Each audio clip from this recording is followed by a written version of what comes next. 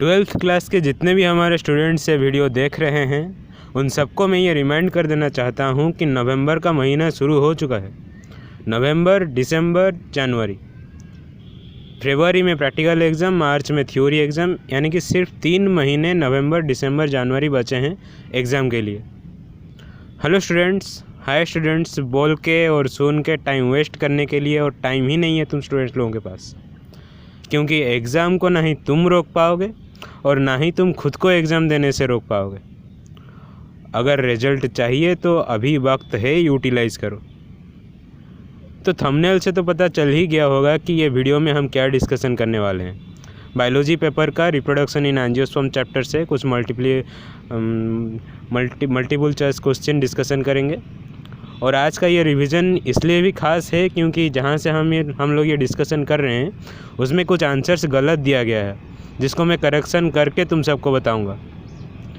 अगर रिजल्ट चाहिए तो अभी से कॉन्शियस हो जाओ, रिवीजन शुरू कर दो और इस चैनल को सब्सक्राइब करके बने रहो मेरे साथ। मैं कोशिश करूंगा ऐसे ही बायोलॉजी का प्रैक्टिस सेट रिवीजन प्रिपेयर करके आप लोगों के पास लाऊं। तो शुरू करते हैं आज का वीडियो, नहीं आज का revision class.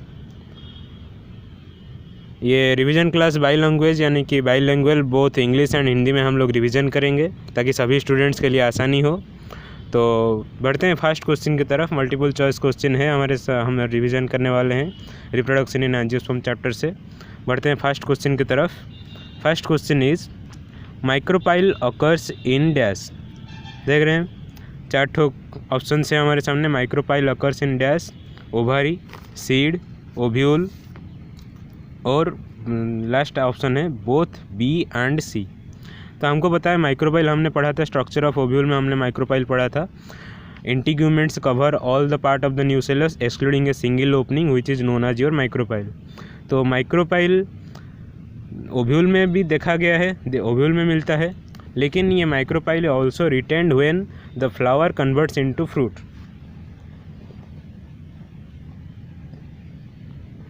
That's why micropyle is not only present in ovule but also it's present in seed also.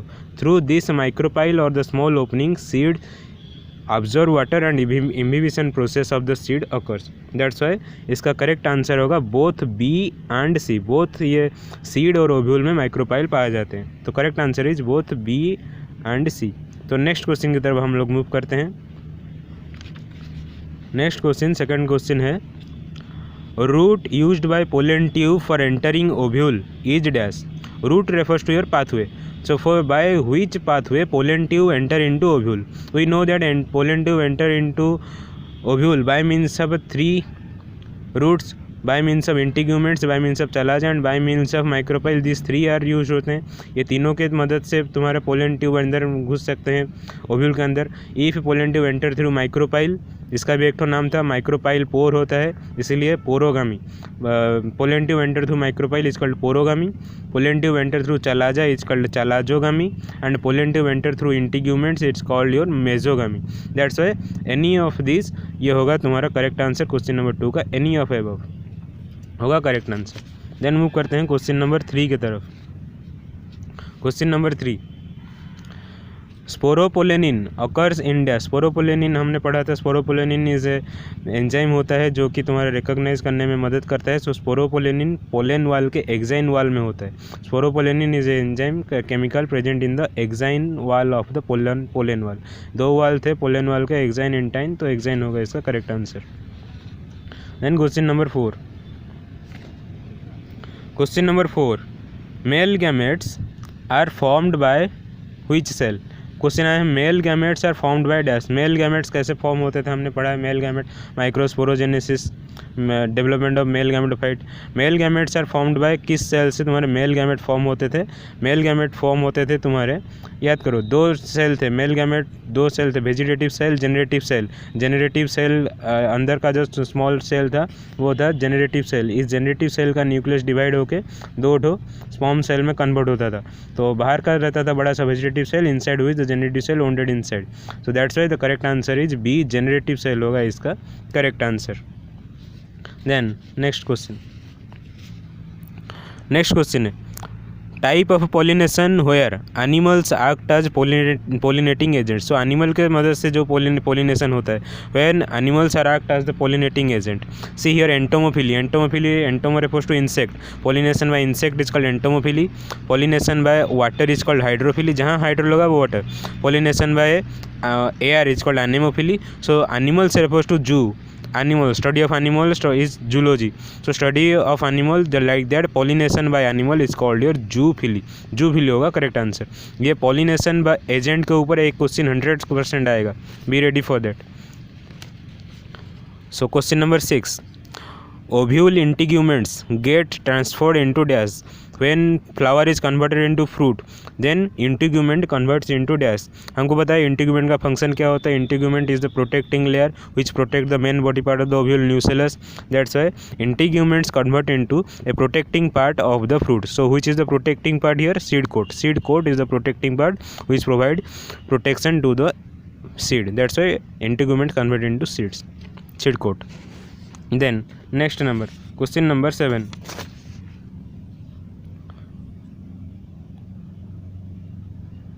Question number 7 दिया गया है क्लेस्टोगैमस फ्लावर्स आर डैश। क्लेस्टोगैमस फ्लावर क्या है दिया गया है?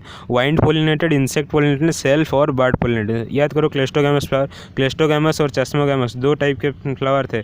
क्लेस्टोगैमस फ्लावर होते हैं जो वो उस टाइप के फ्लावर जो है the flowers which are closed, the flowers which are closed till their pollination and open up after pollination, that is called cleistogamous flower. तो वो क्लोज फ्लावर का जो पेटल्स होता है वो क्लोज होकर रहता है तब तक जब तक पॉलिनेशन ना हो जाए। पॉलिनेशन होने के बाद that flowers petals are open ups, that's why self pollination are occurs in the cleistogamous flower. Cleistogamous का अपोजिट फ्लावर था चेस्मोगैमस फ्लावर। चेस्मोगैमस फ्लावर वो होता है the flowers open ups and after the opening of the flower pollination occurs, but cleistogamous flower वो होते हैं flowers which are remains close till the pollination occurs. तो next question की तरफ मूव करते हैं। Next question, question number 8, cross pollination is also called dash.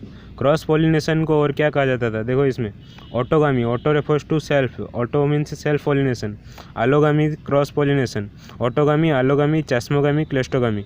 So question number 8 का आलोगामी हमको दिख रहा है आंसर, आलोगामी होगा क्रॉस पॉलिनेशन। तो ये बहुत आसान क्वेश्चन था, आलोगामी होगा cross pollination. Then number 9, question number 9, which is not the accessory whorl of the flower. Accessory whorl, whorl हमने पढ़ा था, होल फ्लावर के 4 होल होते हैं, कालिक्स, कोरोला, नीचे से अगर हम देखें कालिक्स, कोरोला, एंड्रोसियम, गाइनोसियम। सो एसेसरी होल और रिप्रोडक्टिव होल दो टाइप के होल होते हैं। एसेसरी होल रहता है जो मदद करता है और which is not the accessory. Accessory whorl क्या नहीं, सॉरी रिप्रोडक्टिव एसेसरी होल होता है जो एंड्रोसियम और गाइनोसियम जो रिप्रोडक्शन में हेल्प करते हैं। क्वेश्चन दिया है which is not the accessory whorl of the flower. Not the accessory whorl, accessory whorl इसमें कौन सा एसेसरी होल नहीं है? एंड्रोसियम जाएगा करेक्ट आंसर, क्योंकि कालिक्स, कोरोला, पेरियंथ ये सब तुम्हारे एसेसरी होल है। नॉट द एसेसरी मतलब कौन सा एसेसरी होल नहीं है। एंड्रोसियम होता है वो एसेसरी होल नहीं है, ये रिप्रोडक्टिव होल है। एंड्रोसियम और गाइनोसियम दोनों रिप्रोडक्टिव होल है। एंड्रोसियम मेल पार्ट कैरी करता है और गाइनोसियम फीमेल पार्ट कैरी करता है, लेकिन कालिक्स, कोरोला, पेरियंथ ये सब तुम्हारे एसेसरी होल्स होते हैं। पेरियंथ होता है जब calyx, corolla present together, sepals and petals, जो that is called perianth. Question number 10, which is a part of a male reproductive unit of a flower। Male reproductive unit का which is the part of a male reproductive unit। Male reproductive unit क्या था हमारा? Stamen. Stamen था male reproductive unit. Stamen का 3 part था, filament, connective और ये आंथर lobe. लेकिन ये स्टाइल, स्टिग्मा, ओवारी ये फीमेल पार्ट का पार्ट था, इसीलिए फिलामेंट जा रहा है तुम्हारा मेल पार्ट का आंसर। तो मेल का फिलामेंट होगा इसका correct answer. Then next number, question number 11, which is the statement not applicable for flower. Flower के लिए कौन सा स्टेटमेंट एप्लीकेबल नहीं होगा? ठीक है, दिया गया shoot of indeterminate growth. Flower is a shoot, root होता है सॉइल के नीचे जो रहा रूट, सॉइल के ऊपर जो एरियल पार्ट रहा वो होता है suit. Suit of indeterminate growth, indeterminate means indefinite, पूरा इनडेफिनेट ग्रोथ नहीं होता है फ्लावर का। शुरुआती से हमको दिख रहा है कि एक फ्लावर का लिमिटेड ग्रोथ रहता है, डिटरमिनेंट ग्रोथ रहता है, इनडिटरमिनेंट ग्रोथ नहीं होगा, यही हमको दिख रहा है। क्योंकि सूट ऑफ डिटरमिनेंट ग्रोथ, ये तो डिटरमिनेंट ग्रोथ है, लिमिटेड ग्रोथ है। हाईली कंडेंस्ड इंटरनोड, इसमें इंटरनोड बहुत ही कंडेंस होते हैं। और floral parts are modified leaf, तो flower is a modified leaf हमको पता है। So shoot of indeterminant growth ये फ्लावर के लिए एप्लीकेबल नहीं होगा, हमको पहले से दिखा, तो नॉट एप्लीकेबल फ्लावर होगा। Question number A, answer number A, shoot of the indeterminant growth. Next question, बहुत ही ट्रिकी क्वेश्चन था ये, थोड़ा दिमाग लगाओ, बेसिक कॉन्सेप्ट क्लियर रहेगा तभी ये सब आंसर हो पाएंगे। तो पहले थ्योरी पार्ट को अच्छे से करना पड़ता है। Then question number 12, foliar structure present at the base of flower is dash. Foliar structure जो तुम्हारे बेस में जनरली रहते हैं उसको फोलियर मतलब फ्लोरल स्ट्रक्चर, तो उसको ब्रैक्ट कहते हैं, ब्रैक्ट होगा इसका करेक्ट आंसर। देन नंबर 13 दिया गया है, the layer which helps in the dehiscence of microspores. Dehiscence of microspore में कौन सा लेयर हेल्प करता है? See epidermis, endothecium, middle layer, tapetum. 4 layer था। Epidermis is the outer layer, endothecium is the second innermost layer, middle layer and tapetum. Tapetum provides a nutrition to growing embryo, growing pollen grains. So your epidermis provides your outer protection. So endothecium is the mid layer which helps in the dehiscence of a microspore. So इसका endothecium का function था, helps in dehiscence of microspore. और epidermis provides protection, tapetum था बहुत important, tapetum layer which provide nutrition to the pollen grains. और growing embryo को tapetum नहीं, growing embryo को एंडोस्पर्म देता है न्यूट्रिशन। देन क्वेश्चन नंबर 14 है, the wall layers that helps in the nourishment of microspore. Microspore का यही question हमने डिस्कशन किया। Wall layer that helps in nourishment means provide a nutrition, correct answer is tapetum होगा इसका correct answer, which provide a nutrition और nourishment to the microspore also known as pollen grains. Next question के लिए move करेंगे। In how many celled stage does pollination generally occurs? Remember, microsporogenesis, microgametogenesis. Microsporogenesis में spore tetrad formation हो गया, microgametogenesis में microgamete that means sperm produce होंगे। लेकिन कहाँ तक डेवलपमेंट कहाँ तक था तुम्हारा, जब स्टिग्मा में फॉल होने से पहले, जब तुम्हारे आंथर के बीच था, आंथर के अंदर जब पोलन ग्रेन था, तब तक कहाँ पे हुआ था कि तुम्हारा माइक्रोस्पोर मदर सेल डेवलप होकर 2 सेल स्टेज में कन्वर्ट हुए थे। 2 cell, the larger cell is called vegetative cell and the smaller cell which is present inside the vegetative cell is called your generative cell. So 2 cell stage था, 2 cell stage में तुम्हारे वहीं पे growth stop रहता है। The further growth occurs when the pollen grain, 2 cell stage pollen grain fall on the surface of stigma. Pollen pistil interaction, after the pollen pistil interaction, if the pollen become compatible, then further development of the pollen occurs. That's why the correct answer is 2 cell stage and those 2 cells are vegetative cell and generative cell. Okay, next question की तरफ move करेंगे।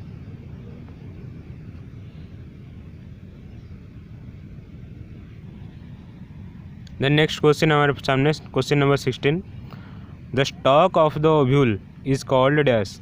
Stock of the ovule का stalk को पूछा गया है। Stalk मतलब funicle होगा इसका answer, that means the part through which the main body part of the ovule is connected with placenta. So funicle होगा इसका correct answer. Funicle is the part through which main body part of the ovule that is nucleus connected with the placenta and the point of attachment between funicle and funicle and nucleus is called your hilum. तो next question number 17। Question number 17 दिया है, which one is normally seen among angiosperms. Angiosperm में जनरली कौन सा पाया जाता है? Which one is normally seen among angiosperms. Normal type of, देखिए ऑर्थोट्रोपस, एनाट्रोपस, कैम्पेलोहेमी, ये सब टाइप्स ऑफ ओव्यूल दिया गया है। तो which type of ovule is generally found in among the angiosperms. देखिए इसका आंसर होगा एनाट्रोपस, नहीं होगा, इसका आंसर होगा orthotropous, because orthotropous is the इसका आंसर ऑर्थोट्रोपस नहीं होगा। ऑर्थोट्रोपस होता है क्या, स्ट्रेट ओव्यूल, और एनाट्रोपस होता है इन्वर्टेड ओव्यूल। तो इसका आंसर होगा एनाट्रोपस होगा इसका correct answer, because anatropous is the inverted ovule, यही होगा इसका करेक्ट आंसर। लेकिन ये बुक हम जिस तरह से ये डिस्कशन कर रहे हैं, इधर इसका आंसर 17 का ए नहीं बी दिया गया था। मैं आपको दिखाता हूँ, ये देखिए इधर ऑप्शन 17 का ऑप्शन बी दिया गया, लेकिन बी नहीं होगा, इसका करेक्ट आंसर ए होगा, क्योंकि normally seen in type of ovule होगा इसका 17 का ए, अनाट्रोपस ओव्यूल होगा इसका करेक्ट आंसर। नेक्स्ट मूव करेंगे क्वेश्चन नंबर 18 की तरफ। Question number 18, how many celled embryo sac is seen among angiosperm. Angiosperm में एम्ब्रियो सैक में जनरली कितने सेल्ड होते हैं, हमको पता है inside embryo sac there are 8 nuclei arranged themselves in such a way that 3 towards micropylar and 3 towards chalazal and 2 towards centre. So there are 3 nuclei means those 3 nuclei develops into those 8 nuclei develops into 8 cell, that's why इसका correct answer होगा 18B 8। How many cells are present, 8 celled embryo are present. Then question number 19। Question number 19 है, which does make egg apparatus, which does make egg apparatus। Egg apparatus कैसे बनता है, egg apparatus क्या है हमको पता है। देखिए क्वेश्चन दिया है साइनर्जिड एंटीपोडल सेंट्रल, साइनर्जिड एग और एग सेंट्रल सेल। देखिए एग apparatus क्या होता है, एग apparatus होता है when 8 nuclei arranged themselves inside the embryo sac, the 3 nuclei present towards micropylar end are known as egg apparatus. The central one is called egg and other 2 cells are called synergid cells or helping cells.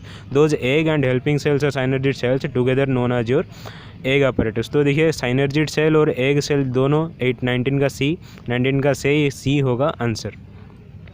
Next number 20 लंबा question दिया है, pollens from one flower when transferred to the stigma borne by another flower of the same plant is called dash। तो ये इसको दिमाग में घुसाना पड़ेगा। pollen from one flower when transferred, pollen from one flower, मान लो ये एक flower, pollen from one flower when transferred to the stigma borne by another flower, ये another flower born by another flower of the same plant, same plant का, ये same plant का एक flower से जब और एक फ्लावर में जा रहा है तो इसको हम क्या कहेंगे। तो ये एक टाइप का तुम्हारा बहुत सारे बुक में इसको सेल्फ पॉलिनेशन दिया गया है। तो when pollen moves from one flower to another flower of same plant then that is called, ये कौन सा 20 जा रहा है, जियोटोगामी। इसका आंसर जाएगा ऑटोगामी, एलोगामी, जेनोगामी, जियोटोगामी। तो इसका आंसर जाएगा जियोटोगामी। सो जियोटोगामी बोला जाता है। ऑटोगामी सेल्फ पोलिनेशन होता है, लेकिन autogamy geitonogamy, self pollination 2 type का हमने पढ़ा था, ऑटोगामी जियोटोगामी। ऑटोगामी होगा if pollen transfer from within the same flower, same flower का स्टामेन से स्टेम फ्लावर का स्टिग्मा में को अगर जाता है तो that is called autogamy. But when stamens travel from one flower to another flower of same plant then that is known as your geitonogamy होगा इसका correct answer. Next question number 21।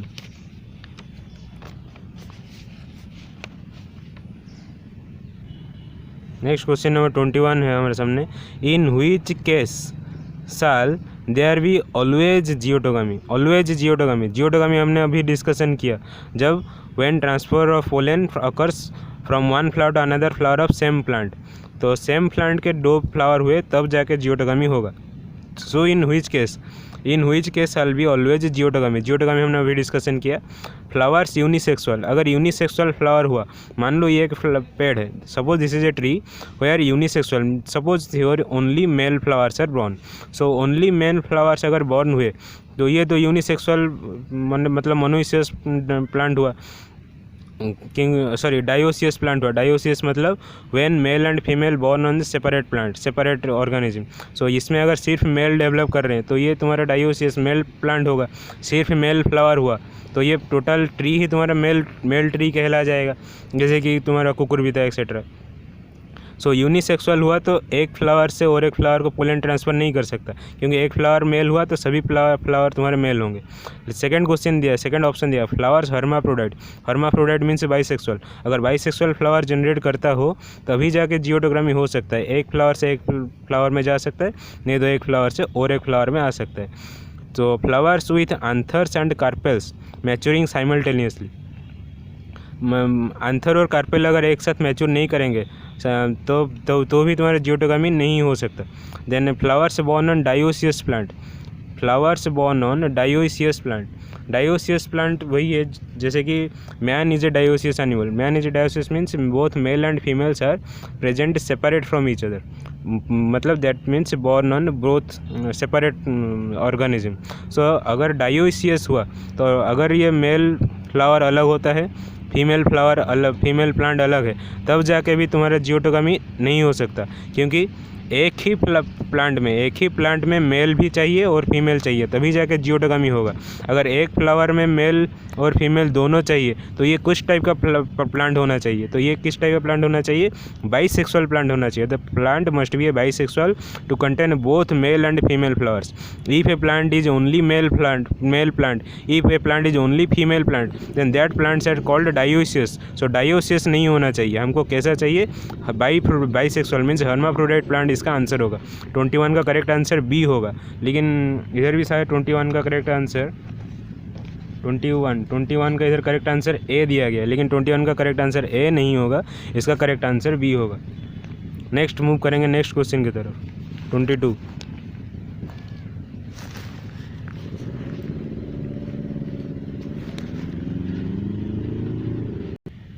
Then question number 22, flowers which open and expose their reproductive organ to pollinating agent। यही बोल रहा था मैं, flowers which open and expose their pollinating, इसको हमने पढ़ा था चेस्मोगैमस।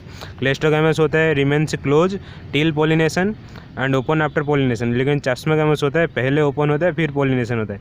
सो these are expose to their agents. तो चेस्मोगैमस 22 का आंसर होगा, ये चेस्मोगैमस फ्लावर होता है ओपन।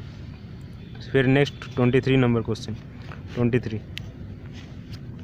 23 है, which is not an adaptation of entomophilous flower। entomophilous means pollination by insect को कहते हैं entomophilous। तो इंसेक्ट को अट्रैक्ट करने के लिए एक फ्लावर में क्या क्या रहना चाहिए? That flower must be bright in colour to attract the insects. Then flower must have a nectar उसमें रहना चाहिए। एनोरमस नंबर मीन्स ज़्यादा नंबर में रहना चाहिए। तो ज़्यादा नंबर नहीं होने से चलेगा, लेकिन सेंट भी रहना चाहिए, उसका सेंट भी रहना चाहिए, कलर और नेक्टर भी रहना चाहिए। तो क्या नहीं होने से एंटोमोफिलस में चलेगा? ये होता है एनोरमस नंबर, मैक्सिमम नंबर नहीं होने से भी चलेगा। तो 23 का सी होगा इसका correct answer. Next 24 question number 24 question number 24 दिया गया है, in which case are unisexual flowers ensheathed by spathe. Spathe होता है एक ठो लेयर होता है, एक ठो प्रोटेक्टिंग कवरिंग होता है ऑफ स्पैडिक्स। ये जनरली हमारा मेज में पाया जाता है। सो इधर मेज है आंसर 24 का ए होगा इसका आंसर। स्पैथेस होता है एक ठो प्रोटेक्टिंग, जैसे सिंगल पेटल लाइक स्ट्रक्चर होता है, ये तुम्हारे जनरली मेज में स्पैडिक्स को कवर करके रखता है। तो नेक्स्ट क्वेश्चन की तरफ मूव करेंगे। Then question number 25, which is not an outbreeding device. Outbreeding device हमने डिस्कशन किया था कि कॉन्ट्रीब्यूशंस ऑफ क्रॉस पॉलिनेशन में कौन कौन मदद करता है। तो 25 का देखिए, आउटब्रीडिंग डिवाइस क्या नहीं है? Dicliny, dichogamy, homogamy and self incompatibility. तो डाइक्लिनी का मतलब हमने पढ़ा था, डाइक्लिनी मतलब यूनिसेक्सुअलिटी। डाई मीन्स 2 सेपरेट रहेंगे व्हेन आइदर मेल और female flower is present, that means male and female flower separate, unisexuality को इंडिकेट करता है dicliny. Then dichogamy refers to your क्या? Stamen and pistil mature at different time. अगर stamen and pistil different time mature होता है उसको डिकोगामी कहते हैं। नेक्स्ट होमोगामी होता है all flowers belong to generally same sex, that means all flowers, अगर एक प्लांट का सभी फ्लावर मेल से सेम से एक ही सेक्स को बिलोंग करता है तब होता है वो होमोगामी। तो अगर सब होमोगामी होगा, सभी फ्लावर एक सेक्स के होंगे, तो वो क्या होगा? आउटब्रीडिंग क्रॉस पॉलिनेशन के लिए वो इम्पोर्टेंट है। तो सिर्फ cross pollination is possible in that type of flowers, that's why homogamy is the correct answer which is outbreeding device, because self incompatibility होता है, लेकिन इन होमोगामी होगा इसका correct answer. Next question number 26,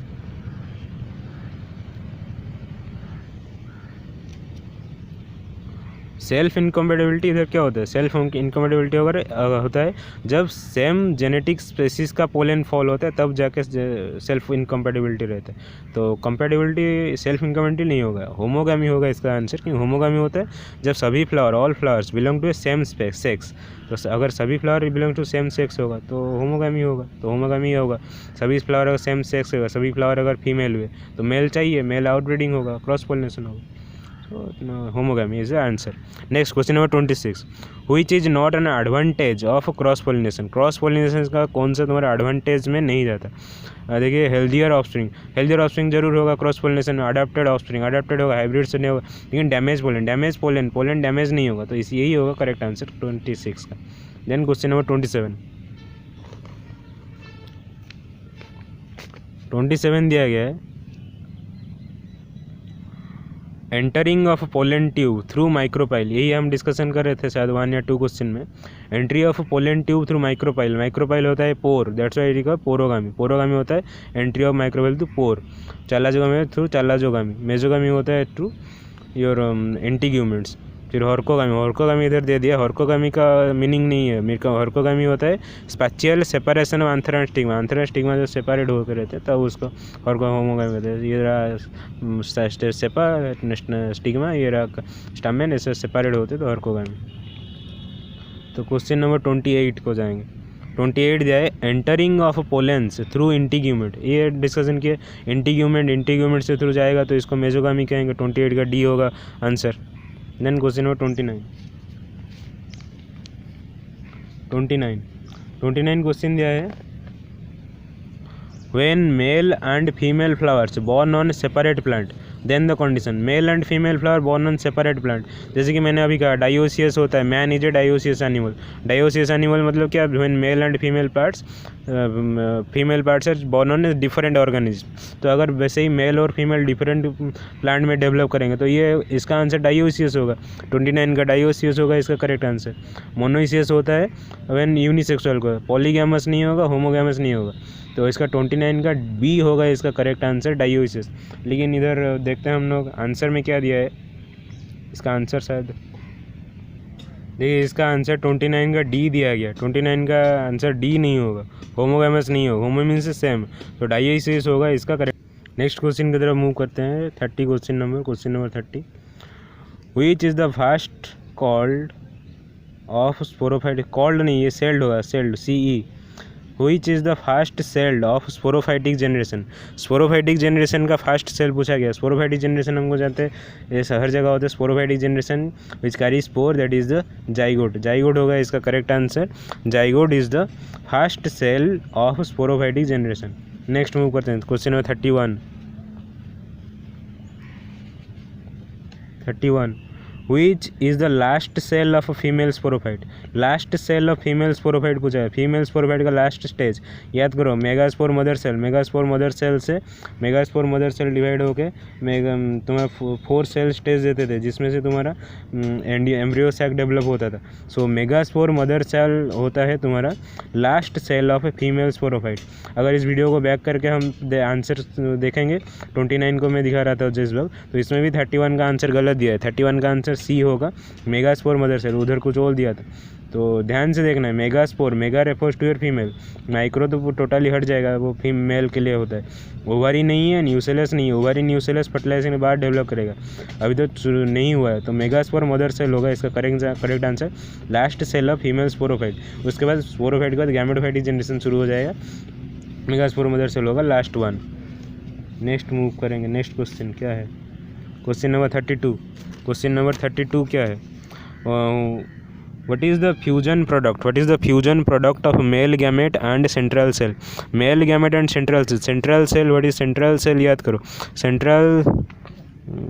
Question number 32. What is the fusion product of male gamete and central cell? Male gamete होता है, 2 male gamete enter किए। फिर central cell होता है क्या, पोलर न्यूक्लियाई।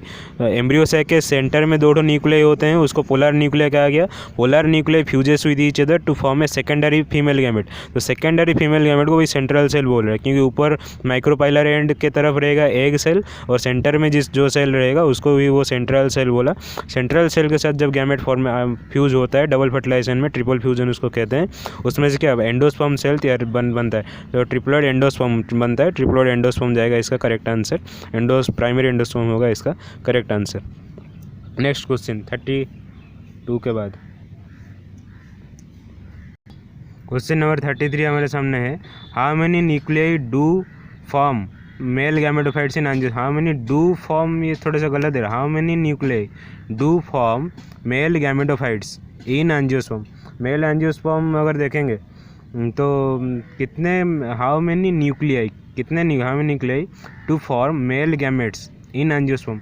एंजियोस्पर्म में अगर मेल गैमेट कितने से, मेल गैमेट कहा गया है स्पर्म सेल को। तो वेजिटेटिव सेल के अंदर जनरेटिव सेल होता है, जनरेटिव सेल का एक न्यूक्लियस था, तो उसमें से तुम्हारा फॉर्म होता है दो स्पर्म सेल। लेकिन ये इधर 1 नहीं है, क्योंकि 1 न्यूक्लियाई से ही तुम्हारा मेल गैमेटोफाइट बनता है, स्पर्म सेल बनते हैं, डेवलप करते हैं। लेकिन अगर इधर 2 दिया है, 4 दिया है, 3, 6, इसका आंसर दिया गया है इधर 3 दिया गया। अगर 3 हम देखेंगे तो जब तुम्हारा exine wall ruptures comes out of the pollen tube, at that time in the pollen tube there are 3 nuclei are present. One is your nuclei of the pollen tube itself because it is eukaryotic cell, and 2 nuclei, those 2 are called male gametes. So इधर होता है तुम्हारा 3 nuclei। तो ये question को थोड़ा सा इधर उधर है, अगर इस क्वेश्चन को हम पलटेंगे तो आंसर होगा 3 because 3 nuclei are present in the pollen tube cell in the gametophytic cell when the 2 are called sperm cells or male gamete and 1 is called your pollen tube nucleus। तो ये होगा उसका answer, थोड़ा गलत दिया है, question थोड़ा इधर उधर है। Next question number 34, question number 34 दिया है, क्वेश्चन नंबर 34 दिया है, what type of spore tetrad seen in megaspore formation. Megaspore formation में टेट्राइड पूछा है। मेगास्पोर फॉर्मेशन में एक में फंक्शनल मेगास्पोर से मेगास्पोर जब बनता था तो किस टाइप का अरेंजमेंट होता था, लीनियर अरेंजमेंट, 4 लीनियरली अरेंज होकर रहते थे 1 2 3 4। तो इधर 34 का सी होगा, लीनियर होगा इसका correct answer. Next question number 35, question number 35 दे रहा है, the embryo sac are dash. Embryo sac में क्या, कितने सेल कितने न्यूक्लियस रहते हैं। एम्ब्रियो सेल में याद करो कितने सेल रहते हैं। एम्ब्रियो सैक में 8 न्यूक्लियर रहते हैं और 8 सेल रहते हैं। लेकिन देखो 8 सेल और 8 न्यूक्लियर नहीं, इधर एक्चुअल आंसर क्या होगा कि 2 जो सेंटर में रहते हैं, this 2 polar nuclear fuses with each other to form a secondary nucleus, that's a 7 celled 8 nuclei होगा इसका correct answer. 7 celled 8 nuclear stage होगा इसका correct answer. Then next question की तरफ मूव करते हैं। क्वेश्चन नंबर 36 दिया है, in which type of endosperm are fast division cellular. In which type of endosperm are the fast division cellular. कौन से endosperm fast division cellular type का होता है, तो देखते हैं इसका आंसर। सेलुलर एंडोस्पर्म फॉर्मेशन का आंसर होगा, एंडोस्पर्म फॉर्मेशन सेलुलर और हेलोवियल, ये दोनों में तुम्हारा फास्ट डिवीजन सेलुलर होता है। In which type endosperm are the fast cellular, fast division of the endosperm formation is cellular, in cellular and हेलोवियल होता है। ये क्वेश्चन इतना इंपॉर्टेंट नहीं है, फिर भी जानना चाहिए। Question number 37, mature dicot embryo does not contain which one. Dicot embryo में क्या नहीं रहता है। डाइकोट एम्ब्रियो में देखिए क्या नहीं रहता है, कोटिलिडन तो रहता है, एम्ब्रियो एक्सिस हाइपोकोटाइल सब रहता है। कोलियोरिजा हम पढ़ रहे हैं जो हमने डेवलपमेंट ऑफ एम्ब्रियो में नहीं पढ़ा, तो कोलियोरिजा इसका होगा इसका करेक्ट आंसर। हाइपोकोटाइल रहता है, कोटिलिडन्स रहते हैं, एम्ब्रियोनल एक्सिस रहता है, बस कोलियोरिजा नहीं रहता। Next question number 38, which is absent in apomixis. Apomixis में क्या एब्सेंट रहता है, तो एपोमिक्सिस हमने देखा था, एपोमिक्सिस होता था development of seed without fertilisation, formation of seed without fertilisation को हमने एपोमिक्सिस कहते थे।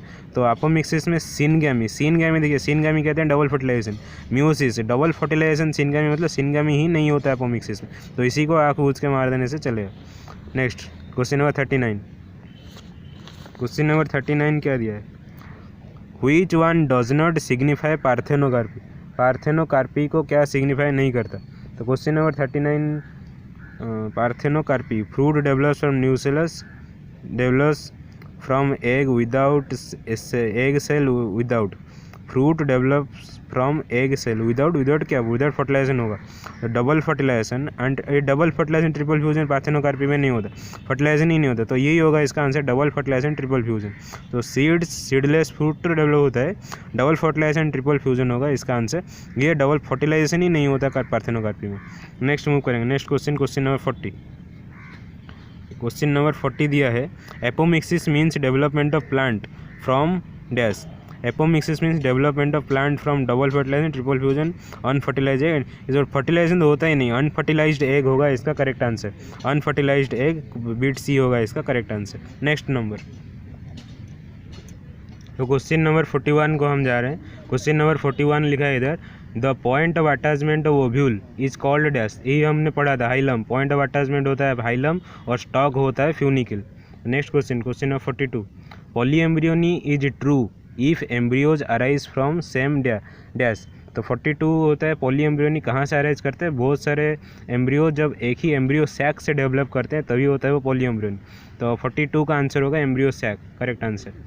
देन 43 है fruit is true if it develops from dash. True fruit false fruit हम पढ़ा था। 43 ट्रू फ्रूट कहाँ से डेवलप करते हैं, जनरली ओवारी, क्योंकि स्टाइल स्टिग्मा ओवारी के अंदर ओव्यूल होता है। स्टाइल स्टिग्मा ओवारी के अंदर ओव्यूल होता है, ओवारी डेवलप करता है फ्रूट को, ओव्यूल डेवलप करता है सीड को। तो true fruit develops from ovary, तो ओवारी होगा इसका करेक्ट आंसर।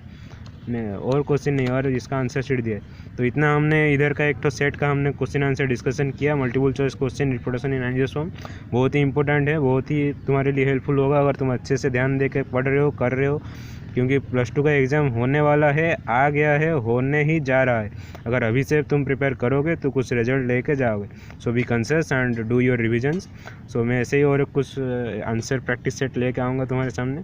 तो ये वीडियो मैं होप करता हूँ कि तुम सबके लिए हेल्पफुल हुआ और तुम अपने दोस्तों के साथ शेयर करना। मैं नेक्स्ट प्रैक्टिस सेट जल्दी लेके आऊँगा। So this much in this video, thanks for watching. मिलते हैं अगले वीडियो में कुछ नए क्वेश्चंस के साथ। Thank you everyone.